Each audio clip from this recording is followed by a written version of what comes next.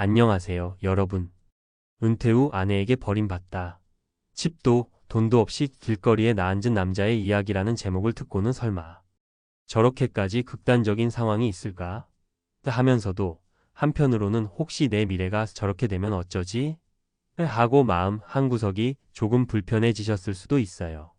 사실 은퇴라는 건 누구에게나 언젠가 마주하게 되는 중요한 인생 전환점입니다. 그러나 안타깝게도 은퇴를 충분히 준비하지 못한 분들 중에는 실제로 돈뿐 아니라 가족과의 관계까지 무너지며 고통스러운 시간을 겪는 분들이 많습니다.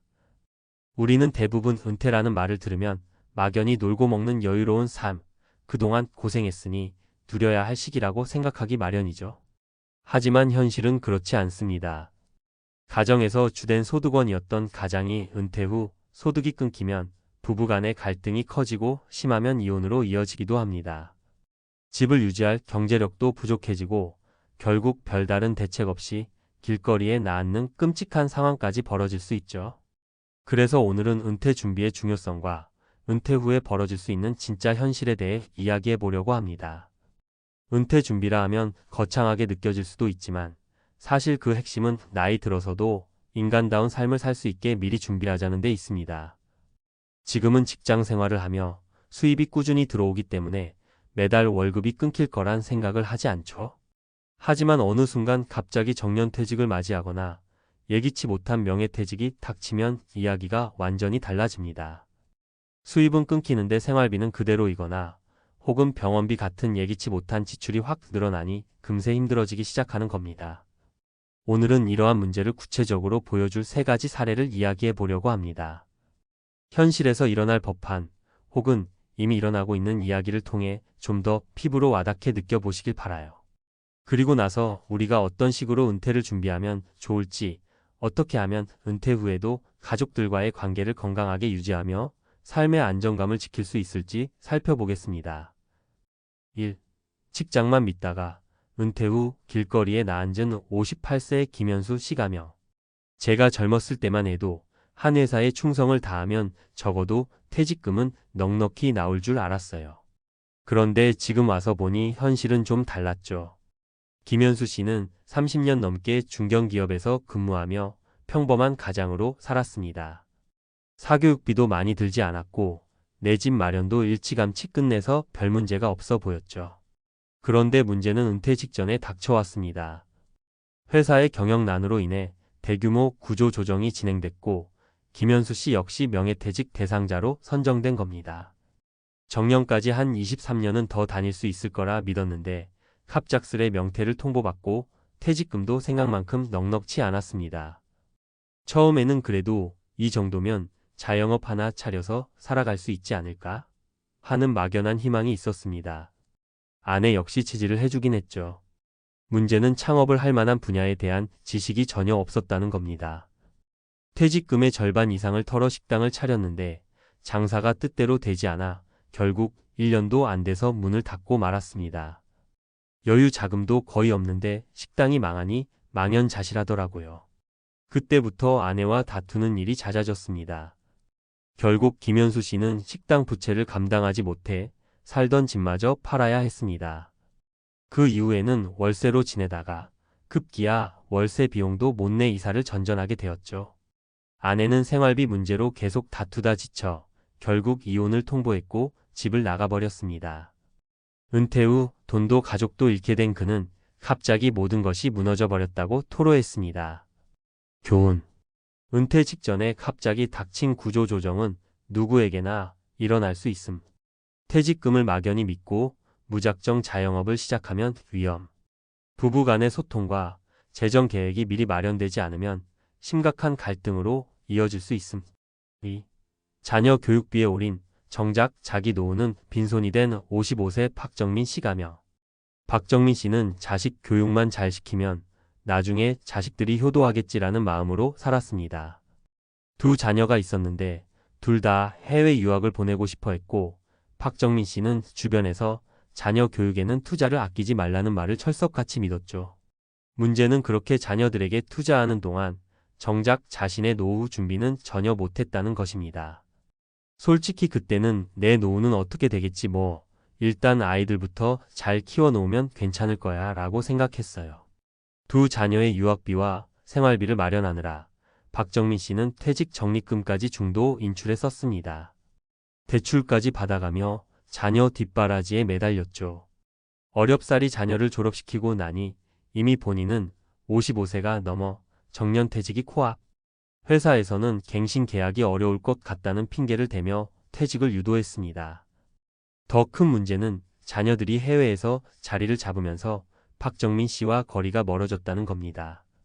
자녀들이 해외에서 취직은 했지만 아직 경제적으로 크게 여유롭지 않으니 부모님께 금전적 지원을 하기는 어려웠죠. 게다가 문화와 생활 방식도 해외에 익숙해지다 보니 부모와의 소통도 점차 줄어들었습니다. 자식들이 나중엔 나를 챙겨줄 거라고 그렇게 믿었는데 현실은 전혀 달랐어요. 그럴 바엔 차라리 제 노후 자금을 적립해두는 게 맞았나 싶습니다. 박정민 씨는 결국 퇴직 후 별다른 소득 없이 몇 달을 버티다 대출이자도 못 내서 집을 처분해야 했습니다. 아내와도 다툼이 잦아졌고 경제적으로나 정신적으로나 지친 아내는 우리도 도저히 살 길이 없다며 작은 방 한 칸을 얻어 혼자 나가서 지내게 되었죠. 박정민 씨 본인은 이미 신용도도 바닥이라 월세도 구하기 어려워 몇 달간 친구 집에 얹혀 살다가 마땅한 일자리까지 찾지 못해 갈 곳이 없어진 상태가 되었습니다. 교훈. 자녀 교육비에 모든 걸 쏟아붓는 것이 꼭 최선은 아님. 자녀들이 부모를 돌본다는 보장은 시대가 바뀌면서 더욱 희박. 노후 준비 없이 퇴직을 맞이하면 집과 가족 모두를 잃을 위험이 큼. 3. 모아둔 돈은 좀 있었지만 부부 갈등 끝에 노숙에 내몰린 60세 이규호 씨가며 이규호 씨의 경우는 좀 다른 사례입니다. 회사 생활을 오래 해서 퇴직금과 적지 않은 퇴직연금이 있었고 노후 준비 역시 남들보다는 잘 되어 있던 편이었습니다. 문제는 가족 갈등이었습니다. 이규호 씨는 오랫동안 직장에서 높은 스트레스를 받아왔고 퇴직 후에는 이제 좀 편안하게 살자라는 생각으로 술과 취미생활에 빠져 지냈습니다. 아내는 남편이 좀 더 생산적이길 바랐고 어느 정도 집안 살림과 손자 돌보는 일도 함께 해주길 기대했죠. 그러나 이규호 씨는 오랫동안 받았던 스트레스 해소를 내하고 싶은 것만 하겠다는 방식으로 풀었고 그러다 보니 부부 관계에 균열이 생겼습니다. 평생 일만 해왔으니 이제 나 좀 내버려 두라라는 말에 아내는 크게 상처를 받았습니다. 그러던 중 아내가 집안의 자금 관리를 전부 맡았는데 남편이 대규모로 돈을 빼내 취미용 캠핑카를 구입하려고 했던 사건이 터졌죠. 서로가 흥분한 상태에서 언성이 높아졌고 아내는 차라리 나가서 혼자 살라며 남편에게 이혼을 요구했습니다. 이규호 씨는 이혼은 할 마음이 없었지만 이미 감정이 격해져 대화가 통하지 않았습니다. 결국 별거에 들어갔고 아내가 건 낯선 지역의 아주 작은 원룸에 잠시 머물렀지만 편의시설도 제대로 갖춰지지 않은 곳에서 생활이 쉽지 않았습니다. 돈은 좀 있으니 내가 알아서 살겠다라고 했던 이규호 씨였지만 재산 분할 문제 등 법적 절차가 복잡해지면서 오히려 통장도 묶이고 돈이 제대로 풀리지 않았습니다. 그러다 보니 여기저기 오갈 데 없는 상태가 되어버린 겁니다. 어쩌다 이렇게까지 됐나 싶죠. 돈만 충분하면 문제 없을 거라 생각했는데 결국 부부가 서로 소통을 못하고 틀어지니까 모든 게 허무해졌습니다. 결국 이규호 씨는 형편없는 숙소를 전전하며 한동안 노숙에 가까운 생활을 해야 했습니다. 사정이 풀려서 재산 문제가 해결되면 복귀할 수 있겠지만 그 사이에 이미 아내와의 관계는 회복하기 어려울 만큼 틀어졌습니다. 결국 은퇴 후 여유롭게 잘 살 거라던 내 꿈은 산산조각이 났다라며 이규호 씨는 씁쓸함을 감추지 못했습니다. 교훈. 은퇴 후 재정적 준비가 있어도 배우자와 소통이 안 되면 큰 문제가 생길 수 있음. 부부가 은퇴 후 같은 방향을 보고 함께 설계해야 하는데 그렇지 않으면 결혼 생활 자체가 붕괴될 수 있음. 물질적 여유가 있다고 해서 정신적 안정까지 보장되는 것은 아님. 은퇴 준비의 핵심 포인트. 위 세 가지 사례를 보면 결론은 하나로 모아집니다. 돈 문제와 가족 특히 배우자와의 관계 문제, 이 두 가지가 제대로 준비되지 않으면 은퇴 후에 인생이 큰 위기에 봉착할 수 있다는 겁니다. 그러면 어떻게 해야 할까요? 재정 계획 세우기. 퇴직금이 얼마인지, 퇴직 후 매월 필요한 생활비는 어느 정도인지 구체적으로 계산해야 합니다. 국민연금, 퇴직연금, 개인연금 등에서 받을 수 있는 예상 수령액을 미리 확인하고 부족분이 어느 정도인지 파악해야 합니다. 자영업을 시작하더라도 시장 조사와 전문가 상담을 반드시 받아보는 게 좋습니다. 막연히 카페나 할까? 그 정도의 생각만으로 뛰어들었다가 실패하는 사례가 너무 많습니다. 부부간 대화 및 역할 분담. 은퇴 후에는 부부가 함께 지내는 시간이 급격히 늘어납니다. 젊을 때는 각자 바쁘니 불편한 점이 잘 드러나지 않았을 수 있지만 은퇴 후에는 작은 갈등이 쉽게 커질 수 있죠. 서로가 원하는 은퇴 후의 삶이 무엇인지, 역할 분담은 어떻게 할 것인지 미리 충분히 대화해야 합니다. 경제권은 누가 쥐고 가정 내 의사결정은 어떻게 할지 구체적인 약속이 필요합니다. 자녀와의 관계 재정립. 자녀 교육도 물론 중요하지만 자녀에 대한 과도한 투자로 인해 정작 본인의 노후가 불안정해지면 결국 모두가 힘들어집니다. 자녀를 위한 지원도 좋지만 내 노후 자금에 대한 최소한의 안전장치를 먼저 마련한 뒤에 가능한 범위 내에서 투자하는 게 바람직합니다. 또 자녀가 해외나 다른 지방으로 떠난 뒤에는 생각만큼 빈번하게 부모를 지원하거나 돌보지 못할 수 있다는 사실도 현실적으로 받아들여야 합니다. 사적 네트워크와 취미생활. 회사가 전부였던 사람들은 은퇴와 동시에 사회적 관계가 단절되곤 합니다. 그러다 보면 외로움이나 소외감을 심하게 느끼고 이를 술이나 잘못된 방식으로 해소하려다 문제가 커지죠. 은퇴 전부터 동호회, 지역 모임, 봉사활동 등 다양한 방식으로 인간관계를 넓혀두면 은퇴 후에도 사회적 지지를 받을 수 있습니다. 취미생활도 중요하지만 과도한 지출을 동반하는 취미는 가족과 갈등을 일으키기 쉬우므로 적절한 규모를 유지하고 가족과 의논하며 즐기는 게 좋습니다. 전문가 상담 및 사전 준비. 은퇴 설계라는 말을 듣고 거창하게 느껴지더라도 실제로는 전문가의 조언을 받는 게 훨씬 효율적입니다.